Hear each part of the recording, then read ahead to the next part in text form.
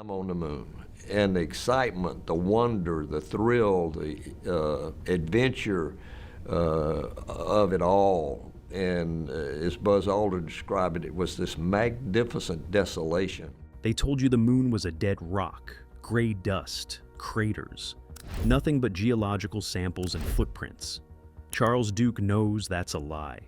He's known since April 1972 when he stood on the lunar surface and saw something 6.2 kilometers from the landing site that made his blood run cold.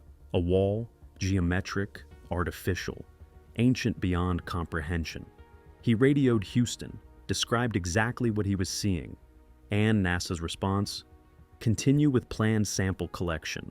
No questions, no documentation request. Just silence, and an unspoken order to forget what he'd witnessed. Duke kept that secret for 40 years.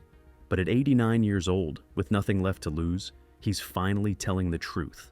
And what he reveals explains everything. Why we abandoned the moon, why thousands of Apollo photos remain classified, and why NASA has spent half a century pretending the greatest discovery in human history never happened. The silence. 12 men have walked on the moon. 12 human beings have stood on that barren gray surface, looked up at Earth hanging in the black sky, and come back changed in ways they couldn't talk about. They gave interviews, wrote books, appeared at schools and museums. They told us about the science. I kind of had the same feelings that I've been to the moon, and it was a thrilling experience. I love to talk about it. The mission objectives, the technical achievements. But here's the deal. There was always something they didn't say. Something in their eyes when the questions got too personal. Something in the way they'd pause before answering when asked what it was really like up there. Charles Duke was the lunar module pilot for Apollo 16. He spent over 20 hours on the lunar surface, driving the rover across the Descartes Highlands, collecting rocks, conducting experiments. He was 36 years old, a family man, a by-the-book astronaut who followed procedures exactly. NASA said he accomplished every objective.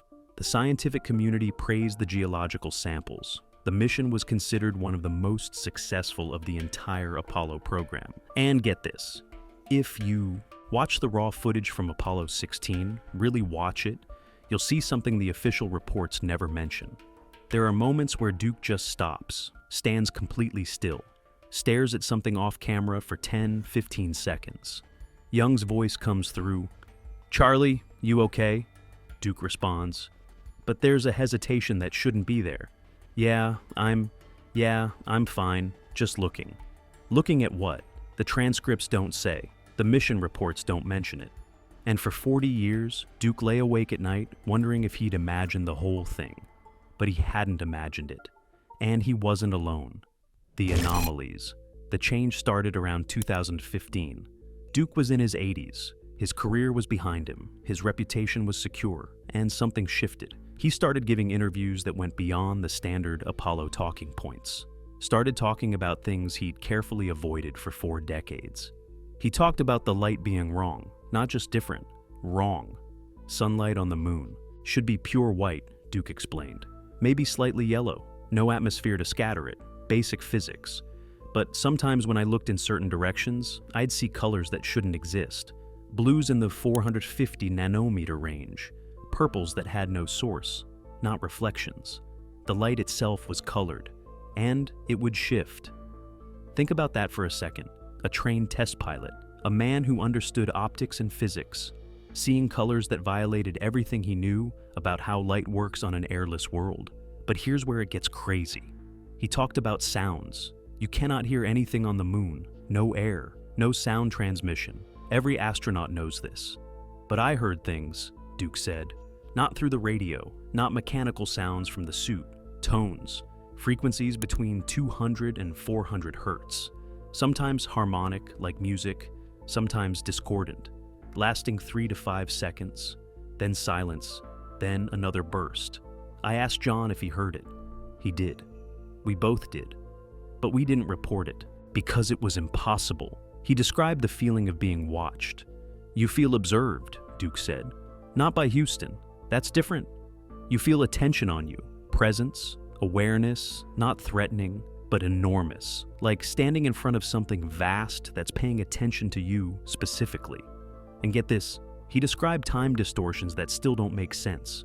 We had strict schedules, every minute accounted for, but there were periods where I'd be working and suddenly realize that according to my suit timer, 20 minutes had passed, but it felt like 2.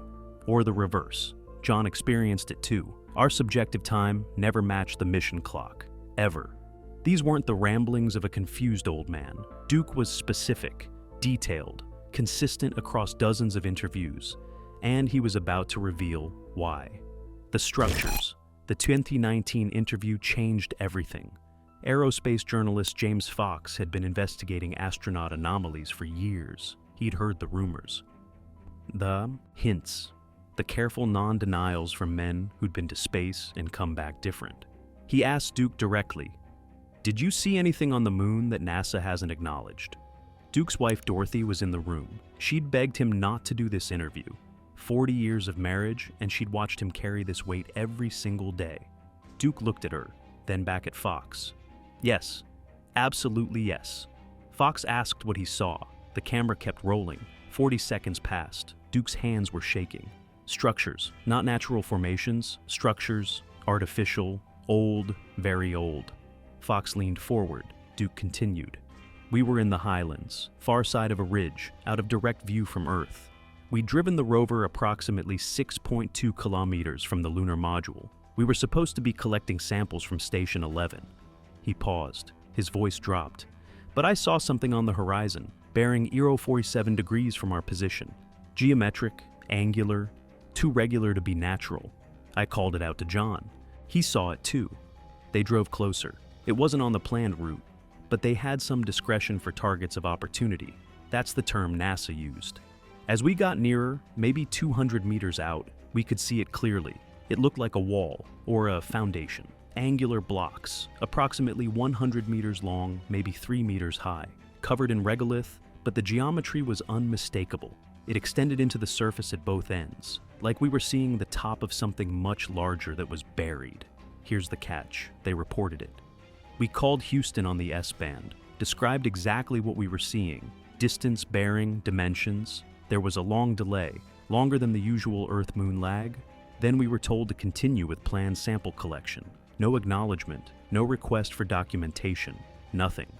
Duke understood immediately. They didn't want this pursued. But here's the deal. Duke and Young took photos anyway. AS-16, 117, 18841 through 18856, 16 frames, close-ups, context shots, everything perfectly exposed, crystal clear. If you want to see the evidence Duke says NASA buried, hit subscribe and turn on notifications. Because what he reveals next changes everything about why we never went back. The buried evidence. Those 16 photos? Duke says they never saw daylight. I've asked NASA about them multiple times over the years, Duke said, his voice cracking. I'm always told they're classified for technical reasons, or they were lost, or the quality was too poor to release.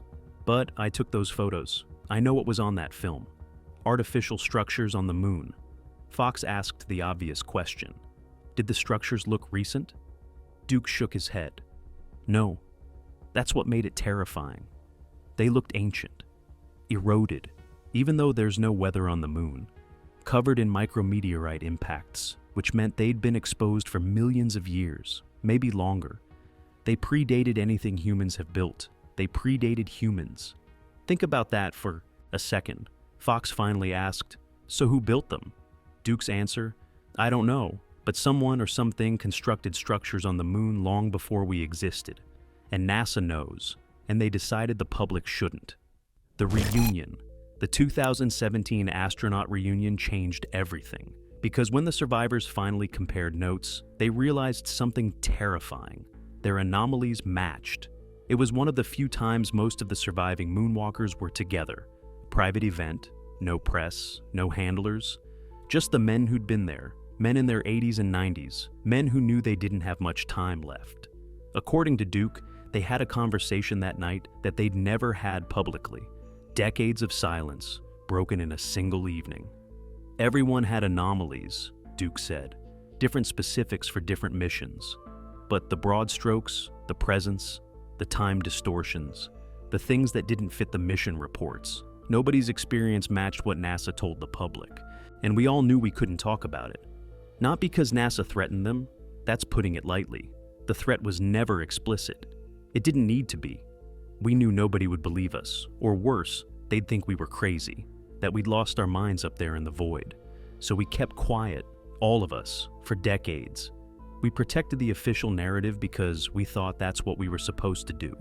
But here's the deal. Duke wasn't the only one who eventually broke. Buzz Aldrin had hinted at it for years. In 2018, he mentioned anomalies on Phobos, Mars's moon, and suggested people should want to know what put them there. Edgar Mitchell spoke openly about government knowledge of extraterrestrial intelligence before he died.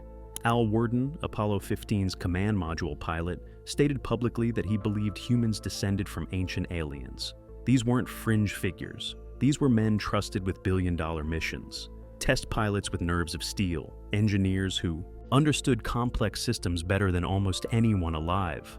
Men who performed flawlessly under conditions that would break most people.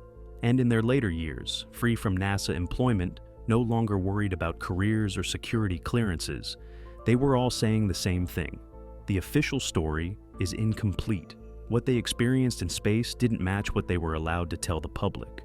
The truth. Duke's most recent interviews have been his most explosive. In a 2023 podcast, he was asked point blank about a cover-up. "I don't think it's a cover-up in the conspiracy sense," Duke said. "I think it's institutional paralysis. NASA doesn't know what to do with information that doesn't fit the paradigm. They have data, photos, measurements, observations from multiple missions that suggest the moon is far stranger than the dead rock narrative. But they can't release it without fundamentally shattering what people believe about our place in the universe. So they sit on it. It's not malicious. It's institutional cowardice." He was asked what he thinks the structures are. "I think the moon was inhabited, not now, but at some point in the distant past, something built there. Maybe they built the moon itself." He was asked why he's speaking now. His voice broke. "I'm 89 years old. I've had a good life. I don't need NASA's approval anymore. I don't care if people think I'm crazy. What I care about is the truth. 12 men walked on the moon. Every single one of us experienced things that suggest our understanding of space is incomplete. We owe it to humanity to share what we know, even if it's uncomfortable, especially if it's uncomfortable. Here's the catch. We went to the moon 6 times between 1969 and 1972. Then we stopped. The official reason was budget cuts. But Duke knows the real reason. And now he's done pretending otherwise. The people making decisions realized the moon raised questions they couldn't answer. Questions about ancient structures, about who built them, about what else might be watching.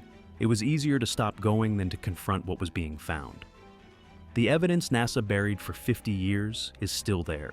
The structures Duke describes, if they exist, haven't moved. The photos, wherever they are, still exist in some classified archive. The radio transcripts with their mysterious gaps. The mission reports with their careful omissions. The truth is sitting on that gray surface 238,000 miles away, waiting for someone brave enough to go back and document what's really there. Charles Duke walked on the moon 53 years ago. For 40 of those years, he carried this alone, lying awake at night, questioning his own sanity, watching other astronauts take their secrets to the grave. Now, at 89, he's telling a truth most people aren't ready to hear. Do you believe him? A decorated brigadier general with impeccable credentials and nothing left to lose? Or a man who lost his grip on reality at 89? Let me know in the comments, and if you want more Forbidden Space Program history, smash that like button and subscribe. 12 men walked on the moon, and according to at least one of them, what they found there has been hidden from the rest of us for over half a century. The moon is still up there, hanging in the night sky. And according to Charles Duke, it's been watching us a lot longer than anyone ever told you.